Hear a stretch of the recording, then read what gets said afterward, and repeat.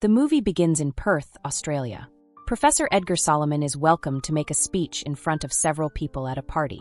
He recites a kid's poem about a rabbit and a bear, but the crowd gets uncomfortable when the poem becomes inappropriate. He is stopped by a woman beside him, who is as surprised as everyone else. Edgar apologizes and cuts one of her fingers off using a knife. Her screams make everyone else run away, while the professor collects the finger in a tissue. The security guard asks him to put his hands up, and when he doesn't oblige, he is shot dead. With his last strength, Edgar tries to get to his mobile phone but is unsuccessful. Elsewhere, salesman Elliot Brindle lives in New Orleans, Louisiana. He and his fiancée are expecting to have a baby soon and are about to get married in a few days. At such an important point in his life, Elliot is told that he is fired. According to his boss, he is too much of an empath to be in sales. Following that, Elliot goes home to his mentally challenged younger brother, Michael. Michael is his biggest responsibility because he pays $1,200 monthly for his outpatient care. Now that he is unemployed, Michael is at risk of being sent to a mental institution that he dreads. After the encounter, Elliot drives to his abusive and racist father, Samson, to ask for help. However, he finds out that Samson has lost all his retirement funds and will now have to move in with them. At night, Elliot is alone in the car when he is troubled by a fly.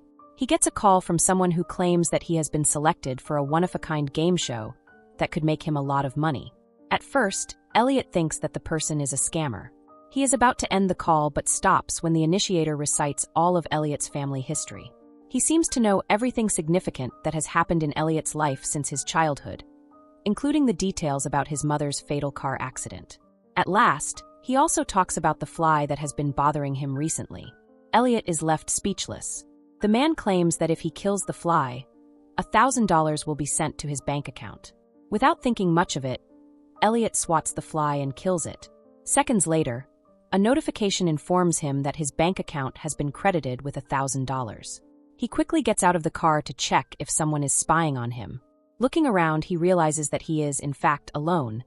But if that is true, there is no way to explain the money in his bank account. The person says that his next challenge is to swallow the fly for exactly $3,622. Elliot quickly gets in the car and rushes back home. He checks his computer and sees that the $1,000 are still in his account. He is in need of money and also wants to check if the initiator is legit. Hence, he eats the dead fly reluctantly. He yet again gets the phone call from the person, congratulating him for completing the second task. The money is soon transferred to his bank account. Confused by all this, Elliot inquires if he is being watched even in his home. The voice says that he can get his privacy back if he wishes to, but that would mean he would be disqualified from the game. Following that, he is briefed about the rules of the game. Elliot will have to complete a series of 13 challenges, each of which will result in greater rewards. If he fails to complete any of them, interferes in the game, or reveals the game to anyone else, he will lose all the money, including any he has already won. Since he has completed 2 challenges, he has only 11 more left. If he wants to continue the game, he is asked to say, "I will dance with the golden toad." Elliot does as he is told and is registered as a contestant. The next day, he is in a park with Shelby and her parents, impatiently waiting for the next call. Some minutes later, he is told that the third challenge for $5,000 is to make a child cry. He excuses himself and starts looking for the perfect child. A little girl comes running to him, giving him the perfect opportunity. He tells her that her parents are going to leave her in an orphanage and makes her cry. The child runs to her parents while he receives the cash prize. He quickly gets in the car with Shelby to drive away as the parents yell curses at him. Following that, the pair goes to the church to pick up Elliot's father. He gets a call again and is told that for the 4th challenge, he should burn a nativity scene handcrafted by blind kids for the church. When no one is looking, Elliot brings the structure outside and burns it. The fire accidentally spreads around the church and becomes uncontrollable. He quickly runs away with his family after ringing the fire alarm. Moments later, $10,000 is credited to his account. Not long after, he gets the next challenge and is asked to follow a homeless person by the side of the road. In the police station, the little girl's parents have come to report the incident. At the same time, the homeless person also arrives there. Detective Chilcote is told that someone stole the homeless person's clothes and belongings. When the sketches of the felon are made, they realize that the person who stole the clothes burned the church, and troubled the girl is the same. Elliot is now in Challenge 6. He is asked to take a man from a specific apartment out for coffee. He believes that the challenge is too easy, but he soon realizes the catch. The person he is taking out is lying dead in the bathtub. With no way out, he sprays a freshener all over the corpse to hide the smell. He then dresses it and drags it out on a wheelbarrow to the nearest diner.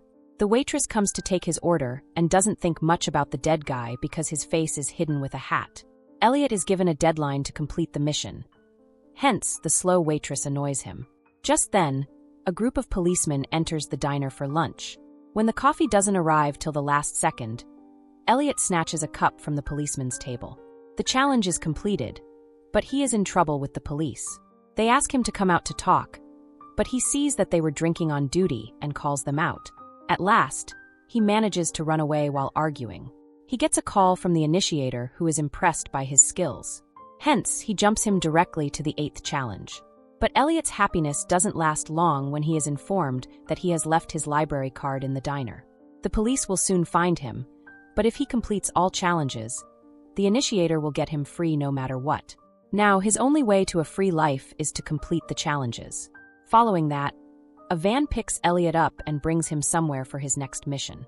Back in the diner, the policemen find the corpse and start to investigate. Detective Chilcote sees a strange man talking to the waitress. The waitress says that the man was inquiring about Elliot. The detective starts to follow the guy to the trailer and finds that he has been investigating the game. He has found out where it first started and what happens to the people who play it. However, no information about the initiator is available. In the meantime, Elliot is taken to a room where he meets his high school bully, John. It turns out his next challenge is to cut off John's arm.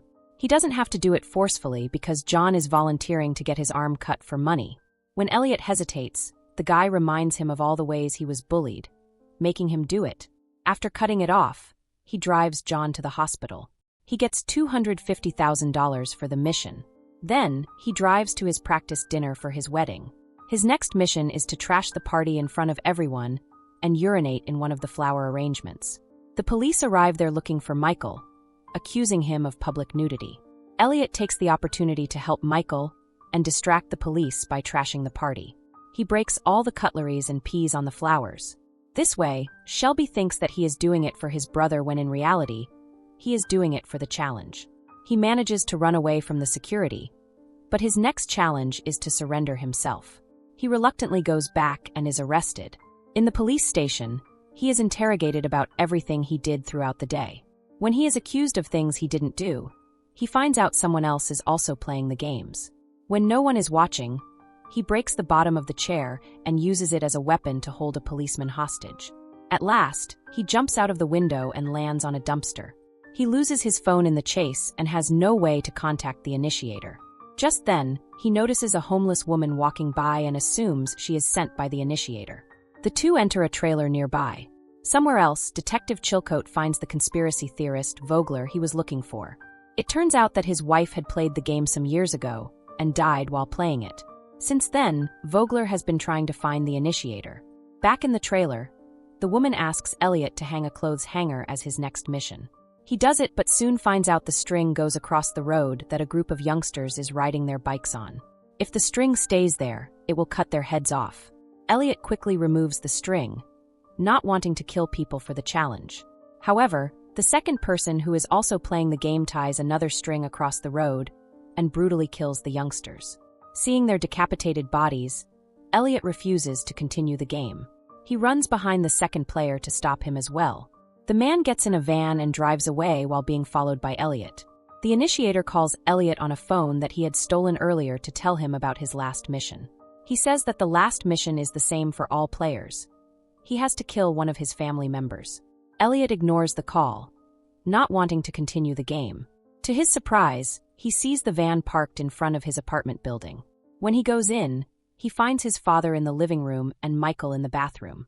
He puts 2 and 2 together and figures out that the second player is Michael. Michael still wants to play the game and is ready to shoot their father dead to win it. To their surprise, the father claims that he had also played the game many years ago. He won after killing their mother. The brothers are left speechless. Elliot gets ready to kill him, but the father cuts his own throat to keep them from winning. Elliot wants to end everything, but Michael points his gun at him to win the game. While trying to make him understand, Elliot accidentally shoots Michael.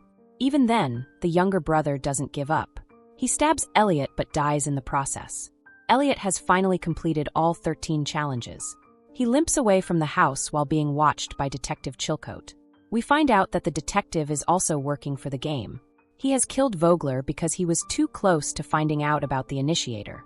Detective Chilcote goes inside the house to light Michael. Before he can, Elliot arrives there and shoots him dead. In the last scene, he calls Shelby and tells her he is fine. She informs him of a phone call she received that morning asking her to eat a fly. Elliot freezes in shock, but Shelby says that she declined the offer. So that's it. Hope you enjoy the story. Subscribe and press the bell icon for more videos.